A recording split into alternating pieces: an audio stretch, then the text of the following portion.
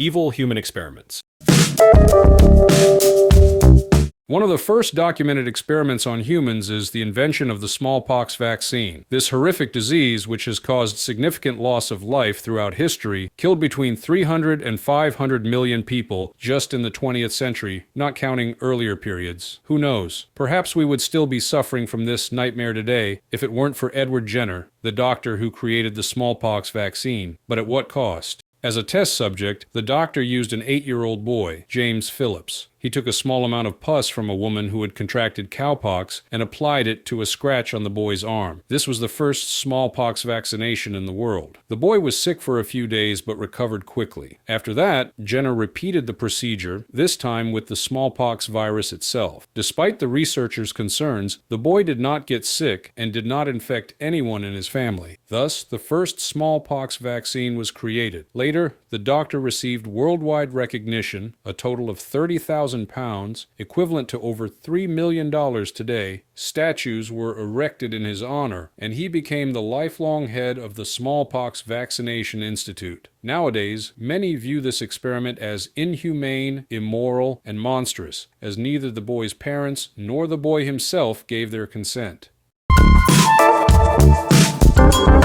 Not long ago, in 2018, the Japanese National Archives declassified the personal data of all 3,607 members of Unit 731, which conducted human experiments during the occupation of China. The main activities of this unit were the development of biological weapons and medical experiments on humans. According to the official version, about 3,000 people died at the hands of the unit, and the experimental subjects were hundreds of thousands of Chinese prisoners of war. However, most of the staff faced no punishment. Some of the inhumane experiments included dismembering living people to study their internal organs, testing biological weapons on prisoners, studying frostbite and treatment methods, exposing prisoners to mustard gas, cyanide, and other poisons, and this is far from the full list. The war with the Soviet Union required combat operations in cold temperatures. The Japanese command understood this, which is why one of the tasks of Unit 731 was to study frostbite. During experiments, prisoners were taken out into the cold and had their limbs submerged in water, waiting for them to freeze. When a stick was tapped on the frozen areas, it made a sound similar to striking a wooden board. Then the ice was removed, and the affected areas were subjected to various procedures, such as being doused with water, exposed to fire, and more. When it comes to inhumane experiments, Nazi Germany holds a special place in history. In concentration camps such as Auschwitz, Dachau, and Buchenwald, under the pretense of scientific research, horrific experiments were conducted on humans. These experiments, which often ended in death, disfigurement, or the loss of bodily function, were aimed at advancing science in the interests of the Third Reich. One of the most infamous Nazi scientists was Josef Mengele, also known as the Angel of Death.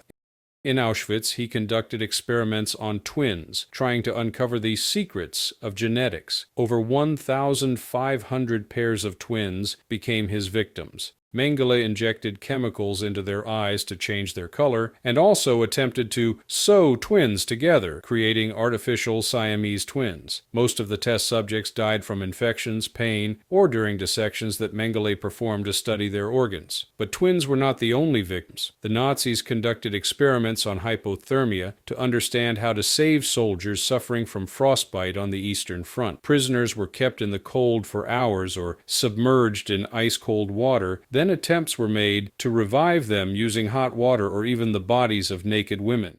Another area of experimentation involves sterilization. The Nazis sought a way to mass sterilize people to reduce the population of undesirable groups. Prisoners were irradiated with X-rays or injected with toxic substances, causing infertility and excruciating side effects.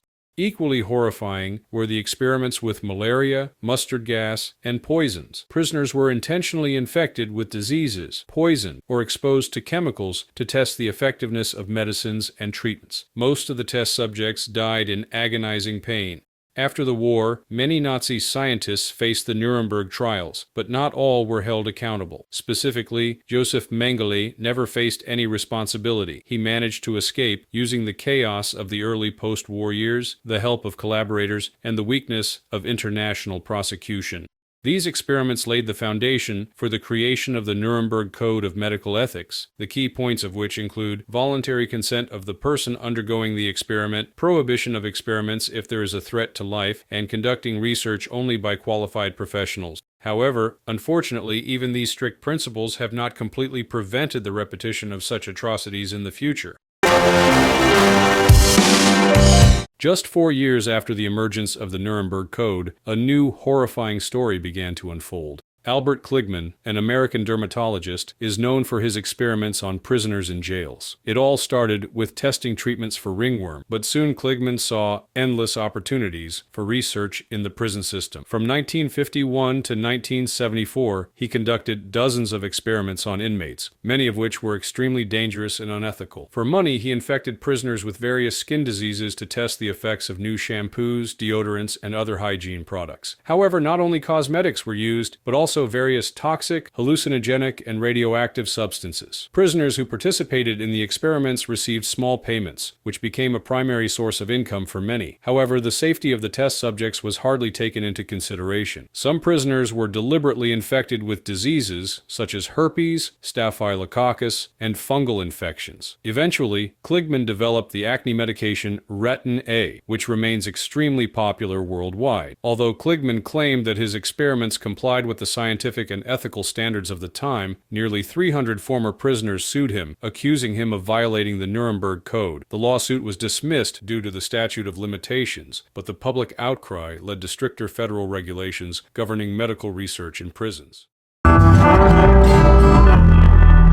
With the onset of World War II, many supported the idea of combating venereal diseases. Dr. Joseph E. Merle calculated that gonorrhea could result in the loss of 7 million military service days per year. It was estimated that venereal diseases could affect around 350,000 soldiers, equivalent to 2 armed divisions, or in financial terms, $34 million at the time. As a result, scientists were granted permission to conduct experiments. To avoid unfavorable legal consequences, it was decided to carry out the experiments outside the U.S., which is how American researchers ended up in Guatemala. The aim of the research was to test the effectiveness of penicillin against venereal diseases after sexual intercourse. Scientists conducted experiments on hundreds of Guatemalans, infecting them with venereal disease samples. The subjects of the experiments were primarily prisoners, the mentally ill, prostitutes, and soldiers. Serological studies continued until 1953, involving the same population groups,